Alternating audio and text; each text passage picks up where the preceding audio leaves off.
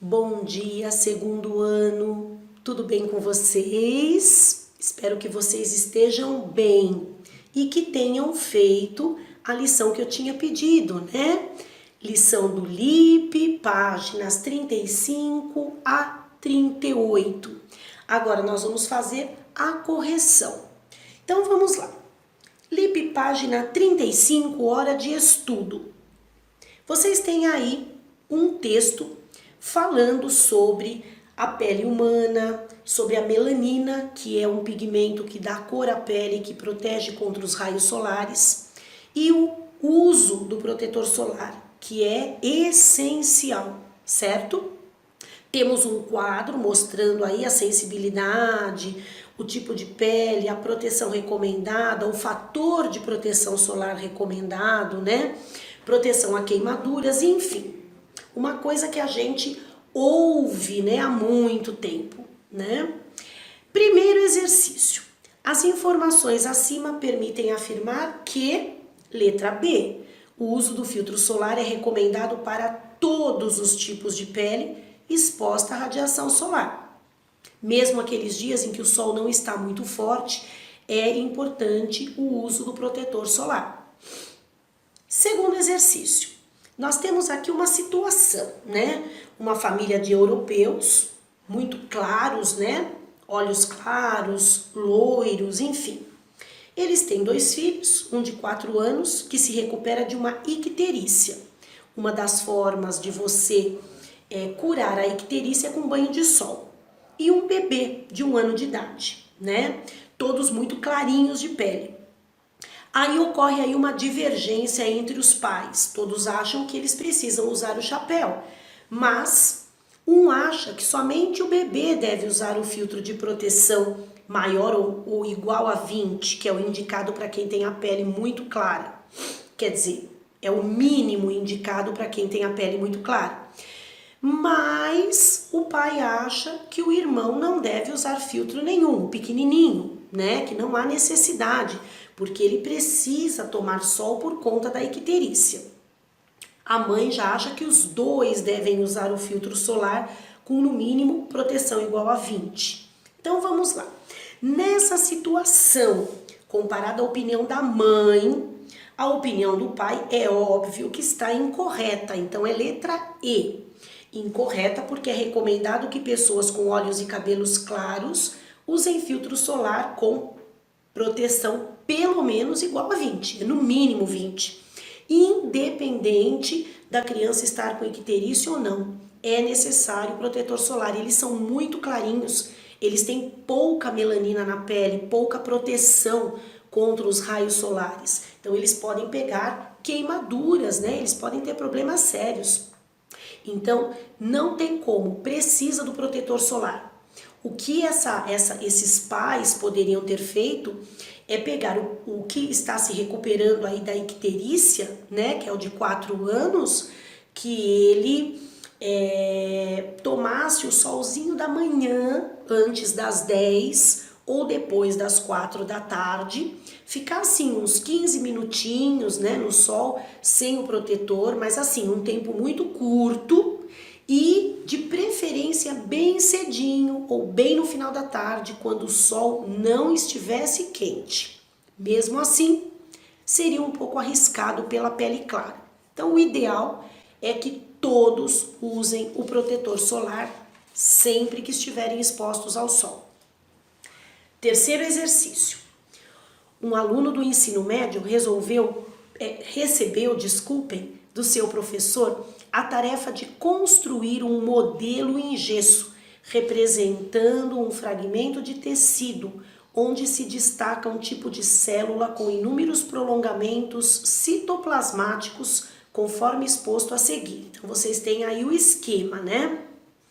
Trata-se de um melanócito, né? O melanócito é que produz a melanina, substância que protege a pele dos raios ultravioleta. Quarto exercício.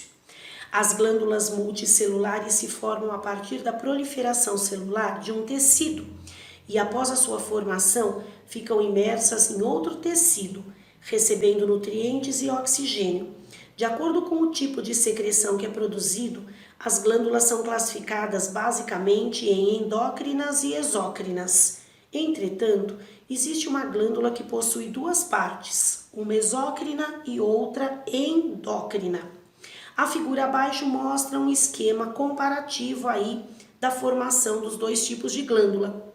Então vejam, a exócrina, ela possui um ducto, né, que libera a substância produzida para fora do epitélio de origem, que cai ou para fora do corpo ou dentro de uma cavidade. A endócrina não tem esse ducto, então as suas substâncias, né, a produção de substâncias vai direto para a corrente sanguínea. Com base na figura, assinale a opção que identifica respectivamente o tecido de onde as glândulas se originam, o tecido onde elas ficam imersas, a glândula 1, a glândula 2 e um exemplo de glândula exócrina. Então vocês vão assinalar a letra A. Nessa ordem temos o tecido epitelial, tecido conjuntivo, glândula exócrina, glândula endócrina e glândula salivar, tá? Porque é nessa ordem que está sendo colocado aí no enunciado, tá? Letra A. Quinto exercício. Um paciente deu entrada em um pronto-socorro apresentando os seguintes sintomas: cansaço, dificuldade de respirar e sangramento nasal.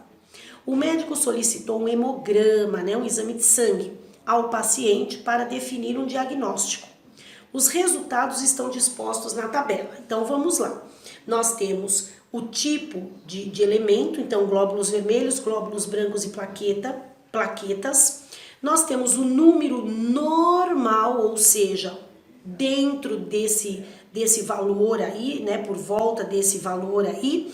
Então, glóbulos vermelhos, 4,8 milhões por milímetro cúbico de sangue. Glóbulos brancos de 5 mil a 10 mil e plaquetas de 250 mil a 400 mil. Tudo por milímetro cúbico de sangue. Depois nós temos aí os valores dados aí no exame, né? Ou seja, o que o paciente possui. Glóbulos vermelhos, 4 milhões. Então, veja, está abaixo do valor normal, que seria 4,8. Glóbulos brancos, 9 mil. Ele está dentro aí do valor de referência, que é de 5 mil a 10 mil. Plaquetas, 200 mil. Vejam que também está abaixo. Valor de referência, 250 mil a 400 mil. Então, esse paciente ele está com uma diminuição de glóbulos vermelhos ou hemácias e de plaquetas.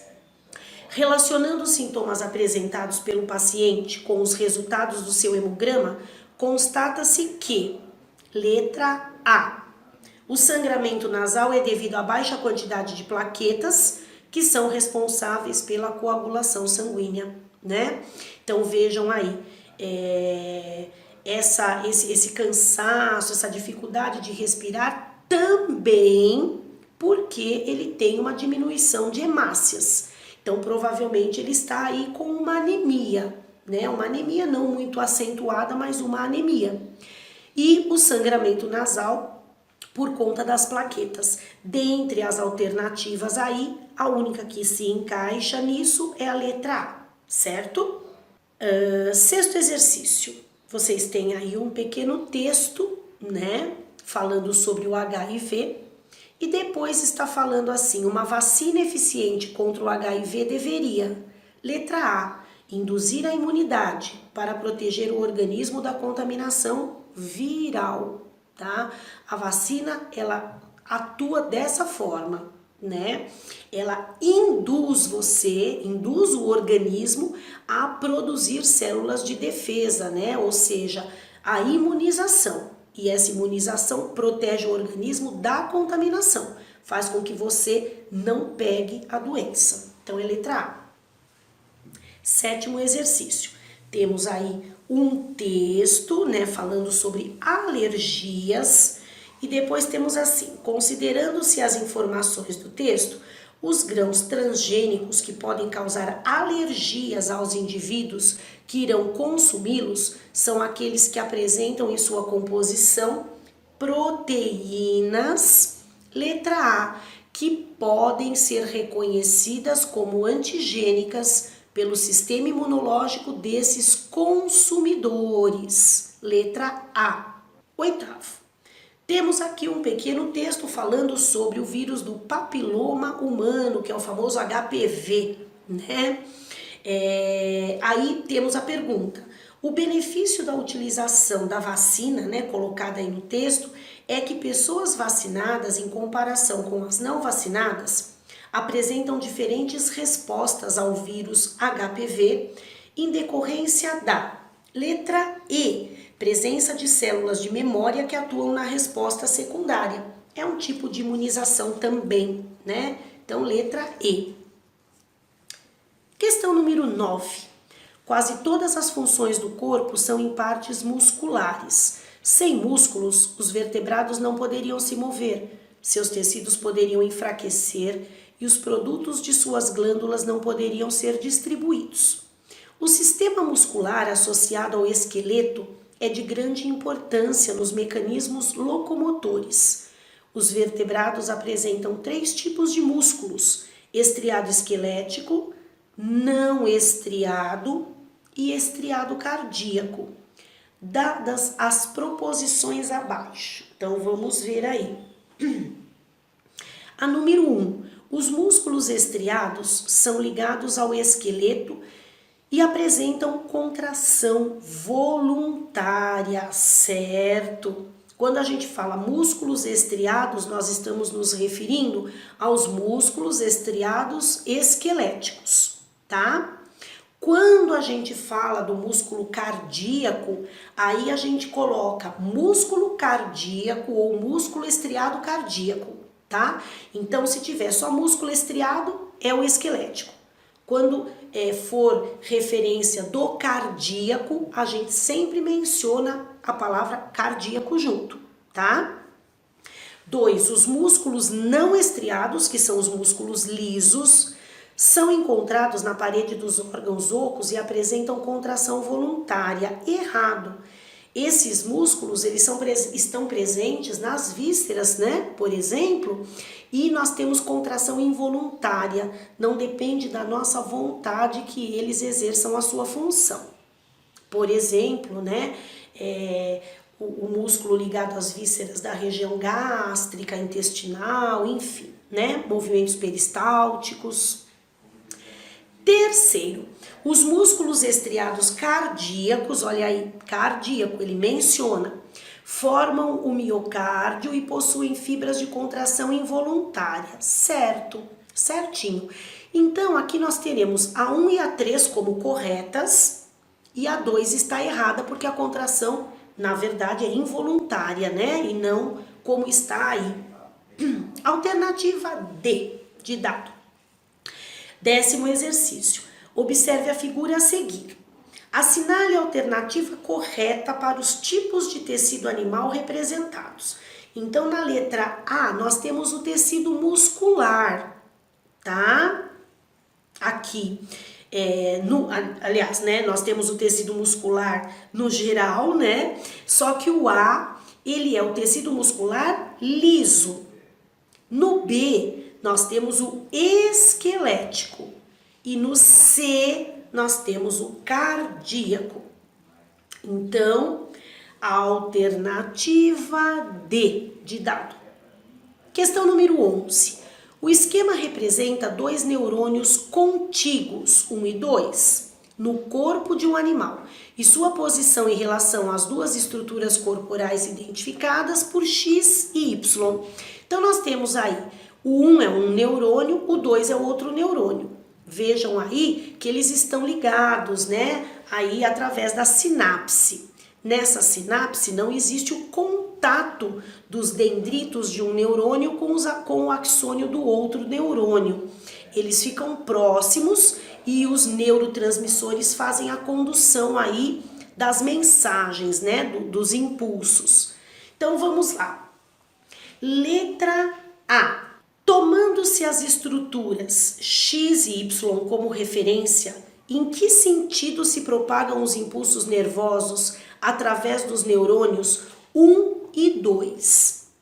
A propagação dos impulsos nervosos ocorre sempre no sentido dendrito, corpo celular, e axônio, ou seja, do Y para o X. Letra B. Considerando-se que na sinapse mostrada não há contato físico entre os dois neurônios, o que permite a transmissão do impulso nervoso entre eles. O impulso nervoso ele é transmitido por meio de mediadores químicos ou neurotransmissores, né? Como, por exemplo, né, a acetilcolina, tá? C. Explique o mecanismo que garante a transmissão unidirecional do impulso nervoso na sinapse. Então, vamos lá. Esse processo se inicia com a formação de vesículas de neurotransmissor na porção terminal dos axônios. As moléculas neurotransmissoras, né, aí são liberadas para a fenda sináptica, que em seguida se ligam a receptores na membrana pós-sináptica dos dendritos. Dessa forma, né, a transmissão do impulso vai ser sempre unidirecional, do axônio de um neurônio para o dendrito do outro, certo? Questão número 12. O sistema nervoso é composto principalmente por células especializadas que desempenham as funções de captação, processamento e acúmulo de informações, além de participar no controle geral do organismo, juntamente com o sistema endócrino. Sobre essas células, analise as afirmativas abaixo. Então, a primeira aí, a 0, né? Os neurotransmissores são mensageiros químicos lançados na circulação sanguínea para transmitir informações a outras células. Errado. Eles fazem a transmissão de um neurônio para outro. 1. A mielina é uma característica essencial para o funcionamento de todos os neurônios. Não. A mielina, na verdade, é aí uma substância, né, que fica em volta do axônio ali, né, que nós temos ali o extrato mielínico, responsável por acelerar a condução dos impulsos nervosos. 2. Nas sinapses químicas não existe continuidade entre as membranas celulares dos neurônios, certo? 3. Os potenciais de ação são alterações elétricas do tipo tudo ou nada, que trafegam ao longo dos axônios e ocorrem por movimentação de sódio e potássio através das membranas neuronais, certo? 4. Apresentar microvilosidades é uma característica das células do tecido nervoso. Errado. As microvilosidades ou microvilos aparecem em células como, por exemplo, as do intestino, que aumentam a absorção de nutrientes, aumentam o tempo em que os nutrientes ficam em contato com as paredes do intestino, para que os vasos sanguíneos possam retirar todos os nutrientes que precisam. Então, não tem nada a ver com o sistema nervoso. Então, aqui vocês vão assinalar apenas a 2 e a 3, certo? Bom, terminamos aqui a parte de histologia. Um grande abraço para vocês, um grande beijo. Saudades da turma, saudades de vocês. Vamos torcer para que isso termine logo, né? Para que a gente possa voltar a se encontrar, não é? Enquanto isso, continuamos com as nossas aulas aí online, né? As nossas aulas gravadas, as nossas aulas ao vivo, através do nosso computador, do nosso celular, enfim, é o que temos no momento, não é? Um beijo grande para vocês, fiquem com Deus e até a próxima aula.